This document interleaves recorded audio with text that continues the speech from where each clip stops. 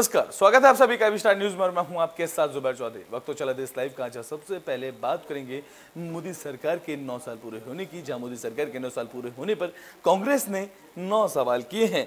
तो मोदी सरकार के 9 साल पूरे हो चुके हैं। बीजेपी जहां इन 9 सालों की उपलब्धियां जनता को गिना रही है, इन 9 सालों में विकास के बयार बहाने की बात कर रही है, वहीं दूसरी ओर कांग्रेस का कहना है कि ये 9 साल नाकामी के हैं। कांग्रेस ने अपने ट्विटर हैंडल से कई ट्वीट कर प्रधानमंत्री नरेंद्र मोदी से 9 सवाल पूछे हैं। कांग्रेस पार्टी पिछले 9 सालों को बीजेपी सरकार की नाकामी के 9 साल बता रही है, जहां कांग्रेस पार्टी का कहना है कि ये देश बदहाली के 9 साल झेल रहा है। पिछले 9 सालों में संविधान, लोकतंत्र, किसान, पहलवान समेत देश का कोई भी वर्ग ऐसा नहीं रहा जो मोदी के वार से अछूता हो। कांग्रेस की माने तो पीएम मोदी ने देश को कई दशक पीछे धकेल दिया है, जहां कांग्रेस पार्टी ने सवाल किया है कि ऐसे ही क्यों देश में महंगाई और बेरोजगारी आसमान छू रही है। पार्टी ने पूछा है कि ऐसा क्यों है कि पिछले 9 सालों में किसानों की आय दुगनी नहीं हुई है। ऐसा क्यों है कि अडानी को फायदा पहुंचाने के लिए LIC और SBI से जमा जनता के खून पसीने की कमाई को दांव पर लगा दिया गया है। कल 27 तारीख को कांग्रेस पार्टी ने 35 शहरों में इस 9 साल 9 सवाल लेकर प्रेस कॉन्फ्रेंस आयोजन किया है।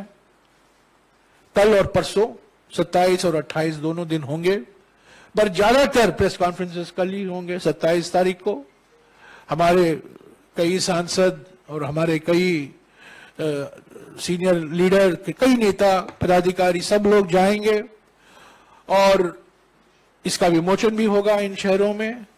9 साल 9 सवाल का जो डॉक्यूमेंट है, जो दस्तावेज है, जो रिपोर्ट है, ये एक रिपोर्ट कार्ड है। ये मानकर चलिए कि ये एक रिपोर्ट कार्ड है और इसमें हर एक सवाल के लिए जो बैकग्राउंड जानकारी जरूरत है उसमें दिया गया है। क्यों ये सवाल पूछा गया है, किस संदर्भ में ये सवाल पूछा गया है और देश को क्या भुगतना पड़ रहा है क्योंकि प्रधानमंत्री इन सवालों पर चुप है। ये रिपोर्ट कार्ड अंग्रेजी में है और हिंदी में भी, दोनों में। तो मोदी सरकार के 9 साल पूरे होने पर सियासी बवाल मचा हुआ है। इस दौरान कांग्रेस ने बीजेपी सरकार से 9 सवाल किए, तो इसके पक्ष में बीजेपी ने भी पलटवार किया है। तो मोदी सरकार के 9 साल पूरे होने पर कांग्रेस पार्टी 9 सवालों के जरिए बीजेपी सरकारों को घेरने की कोशिश कर रही है, जिस पर अब बीजेपी ने पलटवार किया है। बीजेपी नेता रविशंकर प्रसाद ने इन सवालों के जवाब में कांग्रेस को यूपीए सरकार के दौरान हुए घोटाले की याद दिलाई है। तो रविशंकर प्रसाद ने कहा है, कांग्रेस पार्टी ने मोदी सरकार के 9 साल पूरे होने पर 9 सवाल पूछे हैं, लेकिन वो झूठ का एक पुलिंदा है। उन्होंने इसे कांग्रेस की बेशर्मी की प्रतिकाष्ठा कहा है। उन्होंने कहा है कि कांग्रेस पार्टी आलोचना कर सकती है, लेकिन आलोचना में देश के अंदर के संकल्प को कमजोर करने का काम नहीं करना चाहिए।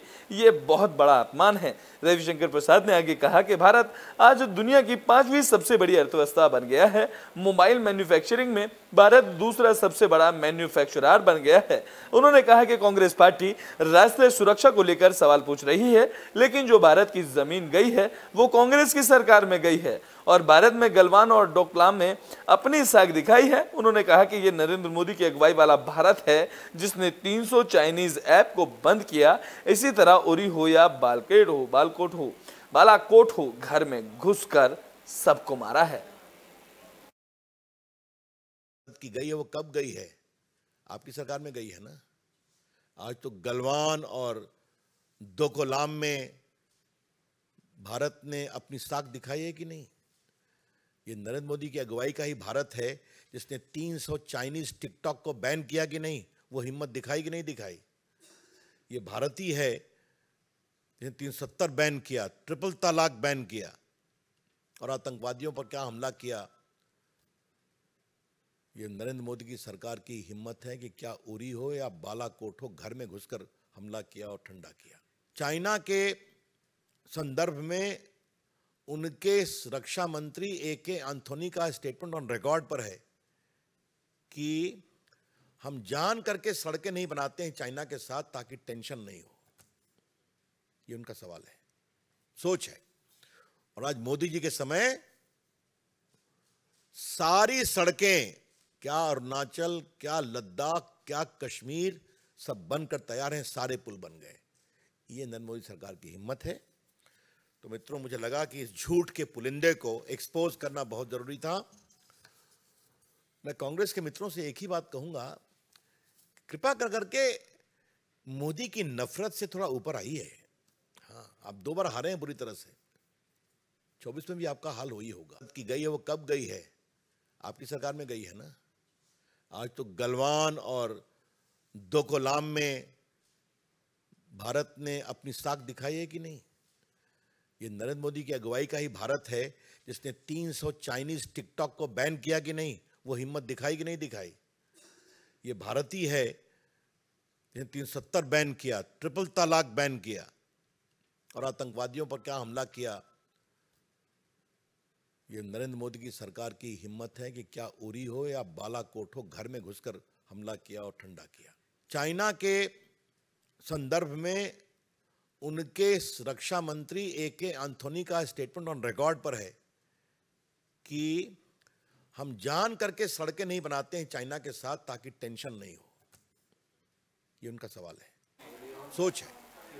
तो नए संसद भवन को लेकर भी विवाद देखने को मिल रहा है, जहां सेंगोल को लेकर कांग्रेस पार्टी ने बीजेपी पर वार किया है।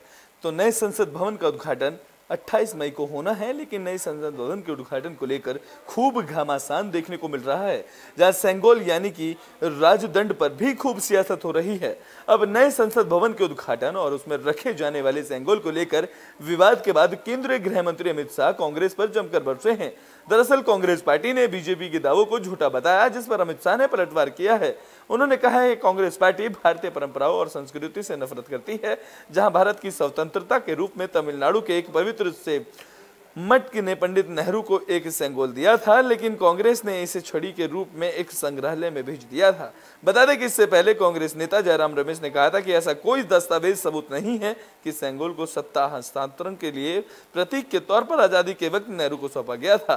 जयराम रमेश ने कहा कि इससे जुड़ी सभी दावे गलत बताए जा रहे हैं, जो कि बीजेपी इन सभी दावों को गलत लोगों के सामने पेश कर रही है, और बीजेपी ने जितने दावे पेश किए हैं वो सभी गलत हैं।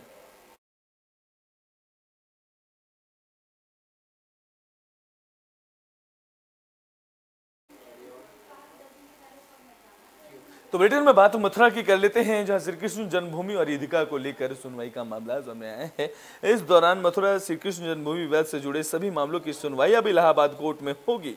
बता दें कि इलाहाबाद कोर्ट में मथुरा की निचली अदालत में चल रहे सभी मामलों को अपने पास मंगवाने का फैसला किया है। दरअसल मामले को लेकर एक अर्जी हाई कोर्ट में दाखिल की गई थी, जिसमें यह कहा गया था कि मामले में राष्ट्रीय महोत्सव को लेकर महत्व को देखते हुए इसकी सुनवाई हाई कोर्ट में की जानी चाहिए। अब हाईकोर्ट ने इस केस में जुड़े सभी मामलों को लेकर खुद सुनवाई करने का फैसला किया है। बता दें कि मथुरा में श्री कृष्ण जन्मभूमि विवाद काफी पुराना है, जहां विवाद 13 एकड़ जमीन पर मालिकाना हक को लेकर है, और 12 अक्टूबर 1968 को श्री कृष्ण जन्मभूमि सेवा संस्थान ने शाही मस्जिद ईदगाह ट्रस्ट के साथ समझौता भी किया था, जिसमें 13 एकड़ जमीन पर मंदिर और मस्जिद दोनों बनाने की बात हुई थी।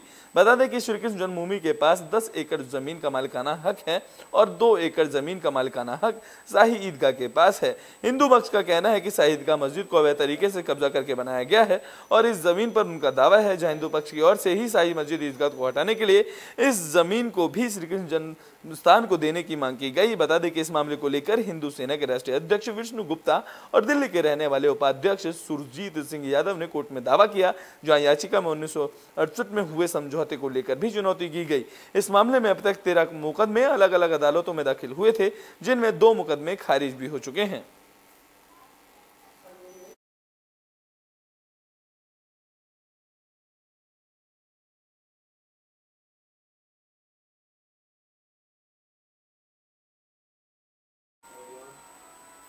तो ब्रिटेन में बात कर लेते हैं छत्तीसगढ़ की, जहां छत्तीसगढ़ में महंगी मोबाइल को लेकर विवाद गहराता नजर आ रहा है।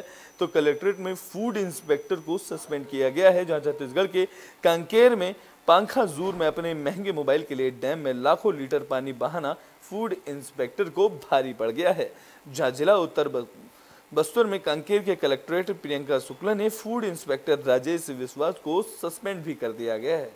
जहां कलेक्ट्रेट के आदेश के मुताबिक फूड इंस्पेक्टर ने अपना महंगा मोबाइल ढूंढने के लिए लगातार 4 दिनों तक परलकोट जलाशय के वेस्ट वेयर से स्केल वॉय के बीच करीबन 21 लाख लीटर पानी डीजल पंप से बहा दिया था, जिसकी जांच एसडीएम पंखाजूर ने करी थी।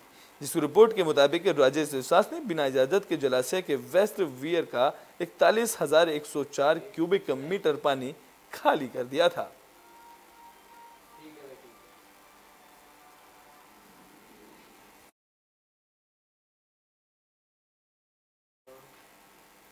तो बुलेटिन में बात कर लेते हैं दिल्ली के सीएम अरविंद केजरीवाल की, जिन्होंने समिति की बैठक का बायकॉट किया है।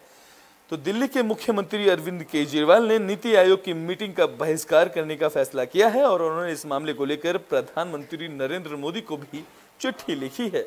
बता दें कि नीति आयोग की बैठक 27 मई को होनी है, लेकिन अरविंद केजरीवाल ने केंद्र सरकार के दिल्ली में लाए गए अध्यादेश के खिलाफ इस बैठक का बहिष्कार करने का फैसला किया है। जहां अरविंद केजरीवाल ने प्रधानमंत्री नरेंद्र मोदी को जो चिट्ठी लिखी है, उसमें कहा गया है कि अगर पीएम सुप्रीम कोर्ट का आदेश नहीं मानते तो फिर लोग न्याय के लिए कहां जाएं। उन्होंने लिखा है कि प्रधानमंत्री गैर बीजेपी सरकारों को काम करने दें। साथ ही उन्होंने लिखा है कि जब सरकारी संवाद का एक मजाक हो तो नीति आयोग की बैठक में भाग लेने का कोई मतलब नहीं बनता है।